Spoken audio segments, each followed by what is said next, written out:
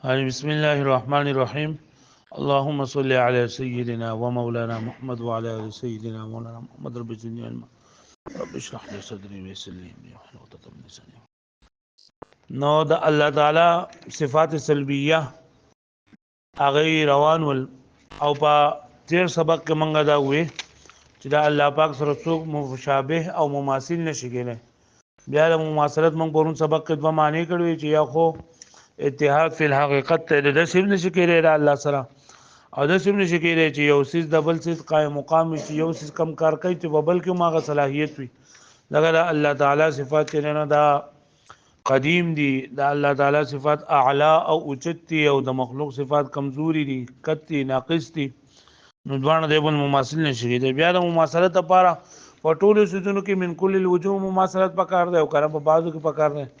نو بای کې رساوی بدایت په قولونه او د امام حسن اشعری رحمت الله علیه چې ټول دي او تطبیق پای کې تلنده پرون سبق شو. نن دا الله پاک صفات سلبیو کې اخرنه صفات سلبی هغه ده ولا يخرج عن علمه وقدرته شيء. تر الله د علم او د الله تعالی د قدرت نه هیڅ یو څه دا بهر نه ده. زموږ په خبره باندې یقین دی، زموږ د اهل سنت والجماعت عقیده ده چې څومره هم سيزونه دي پاغي باندې د الله پاک علم هم دی او د الله پاک قدرت به هم دی. یعنی په علم د الله پاک عموم دی که یو څه هغه واجب وي که ممکن وي او که ممتنع وي او الله پاک ته دغه علم چې دا حاصل نه. په دې خبره باندې چې الله پاک د علم او د قدرت هیڅ یو څه دا بهر نشته. په دې باندې درې دلایل پیش کړی دي. نمبر 1 دا ده کچرته الله پاک په بعضو سيزونو باندې علم وي او په بعضو سيزونو باندې علم نه وي. کچرته د شي چې په بعضو سيزونو باندې الله پاک قدرت وي او په بعضو سيزونو باندې الله پاک قدرت وي. نو په کم سيزونو باندې الله پاک قدرت ته او په کم سيزونو باندې الله پاک علم ده نه به خامخا او مخصص ته به محتاج وي. چیرې د دې سیس تخصیص دار نه د دې ځکه الله پاک ته پته ده او د دې سیس خاصیت دار نه د دې ځکه الله پاک ته علم او قدرت نشته او مخصص چې نه دا صفت د محتاج دی. یعنی کم څه چې هغه تخصیص ته محتاج وي نو هغه الله نشي کېږي. نو الله خود احتیاج نه پاک دی، نو لہذا مخصص الله پاک جننده نه دی او الله پاک د علم نه یو سيزون پار نه. ویم دا چې په بعض سيزونو باندې علم کېدل او په بعض سيزونو باندې علم نه کېدل دا نقص دی او الله پاک د هر قسم نقص نه د عیب نه جننده پاک دی. نو د هر هیڅ یو څه د الله د علم نه بهر نه دی. او درې واغه دلایل چې نه دا دلایل قطعیه نصوص قطعیه په قران او په حدیث کې هغه دلالت کوونکې دی په دې خبره باندې چې الله د علم نه هیڅ یو څه بهر نشته. ان الله على كل شيء قدير او وهو بكل شيء عليم. نو دا كل شيء چې نه دا هر یو څه دی په هغه باندې الله پاک د علم دی او په هغه باندې الله پاک د قدرت حاصل دی. باطل فرقی چې کوم دي فلاسفه دهریه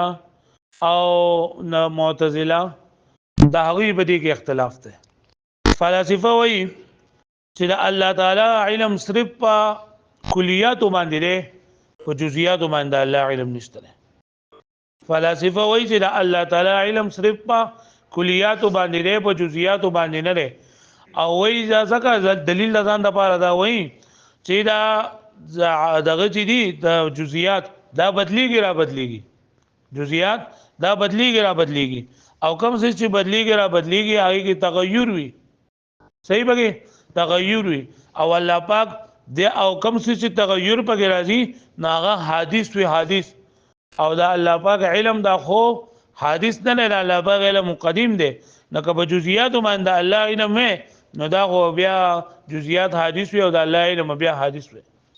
جواب ورته موږ دا ورکو چې دا الله تعالی علم دی نه دا په کلیات باندې هم دی او په جزئیات باندې هم دی.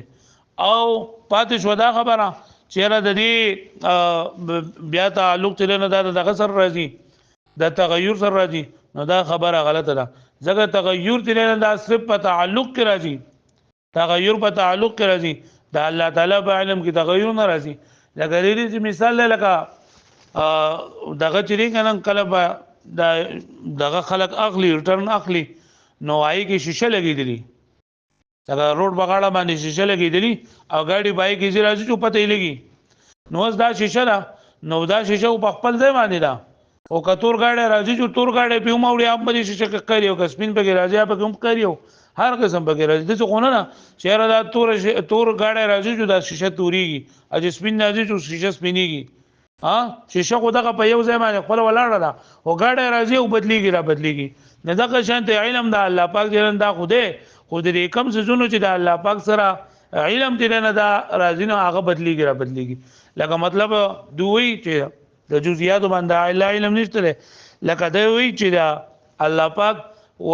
یو انسان چې نه هغه په کمره کې دنه نه لري نو الله پاک د علم په کمره کې دنه نه لري او چې اوس کله دا انسان د کمرې نه راوته نو پدې اوس الله پاک ته انسان د کمرې نه بهر د پدې باندې علم ده نو پدې کوئی تغیر راغی او دا الله پاک علم دې نه دا تغیر پای کې نشي راتللی ولی پکې نشي راتللی ځکه چې په کوم څه کې تغیر راځي هغه حادث وي الله پاک ذات انده حادث نه کوم شو نو جواب ولا موږ دغه ورکو چې الله پاک نه ماغه په دا باندې هم ده په جزئیات هم ده او په دغه باندې هم ده په کلیات باندې هم ده او کم دا بدل تغیر او تبدل چې راځي دا په معلوماتو کې راځي په معلوماتو لا علم او په خپل ځای باندې او دا شذونه بدلیږي را بدلیږي واښوي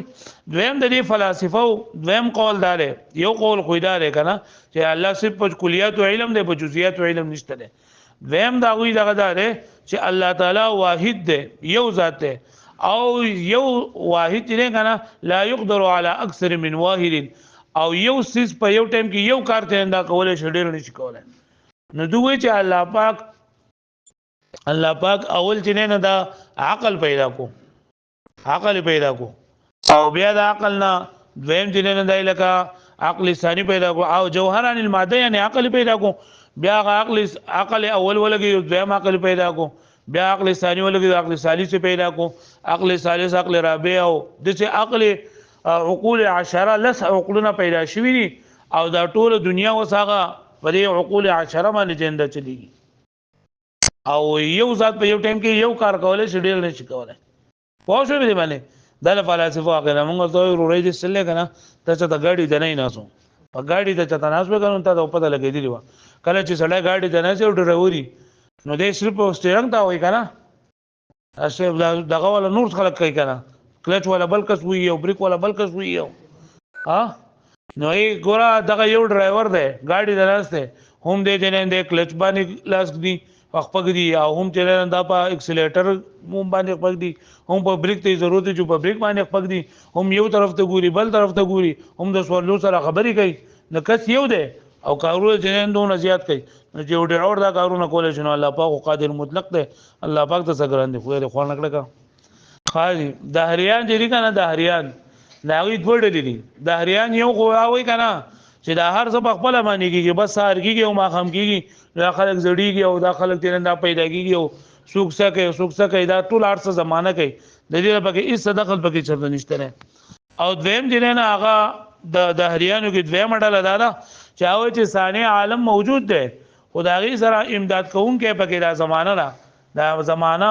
دا هغه سره شریک او معاون ده نو دلته کې پرې دویم ډلې باندې چې نه کنه دا دغه کوي اورت کوي چې دی وی چې ثاني عالم ترنده موجود دی او دا زمانہ د الله پاک سره شریک او معاون ده پرې کې نو دوی چې الله پاک په خپل ذات باندې علم نشته دی د هریان وای د الله پاک په خپل ذات باندې علم نشته دی ځکه د علم او د معلوم په منځ کې نسبت پکار وي د علم او د معلوم په منځ کې څه وي نسبت وي او په کوم څه کې چې نسبت وي کنه ناغه د یو بل نه متغایر وي مغایرت پکې وي جداواله پکې نو کا دی وی د الله پاک د خپل ذات باندې علم شي د الله پاک په خپل ذات باندې علم شي نو بلیګ به تغایر د حاله تغایر نشته نو د الله پاک په خپل ذات باندې علم نشته نو جواب ورته داله چې نه د علم او د معلوم په منځ کې چې کم تغایر ده کنه دا د علم حصولي خاصه او د الله پاک په خپل ذات باندې علم ده علم حضوري او علم ذاتی نو علم حضوري او د علم ذاتی دا خاصه نه لري علم او د معلوم په منځ کې نو دهریان وای چې الله په خپل ذات باندې علم نشته ور فلسفه په قولونه کوي فلسفه یو وای چې الله پاک د صفه کلیات او علم د جزئیات ورته علم نشته او دویم قول لري چې یو ذات صرف په یو ټیم کې یو کار کولای شي نو الله الاول عقل اول پیدا کو بیا عقل ثانیو دسه او داریان او چې د الله په خپل ذات باندې علم نشته نه دریم پکې باطل عقیده هغه معتزله نظام معتزلی دی نظام معتزلی وای چې الله تعالی په جهل او په قبح پیدا کول باندې قادر نه دی په قبح پیدا کول باندې جهل او قبح پیدا کول باندې الله تعالی علم نشته نه ولی زګه دی چې الله چې کله دا جهل او دا قبح پیدا کول نو الله تعالی علم مو کنو نو کته وی چې الله پاک ته علم نو دا الله پاک د پر جهل لازمي او کته وی چې الله پاک ته علم او بیا هم دې څه کړه نو دا خو مطلب دی چې الله پاک قبح نشي پیدا دغه په پیدایش باندې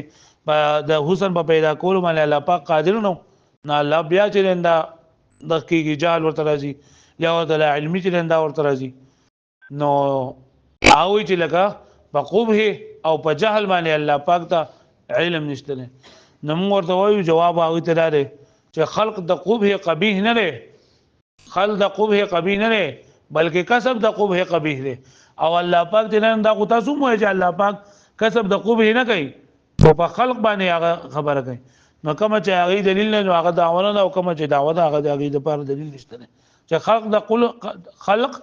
یعنی پیدایش د قبح او د جهل دا قبیح نه دی بلکې کسب د قبیح دی د قبح کسب چې دا قبیح دی والله پاک داس نه کوي سلورم قول بګه هغه د بلخی دی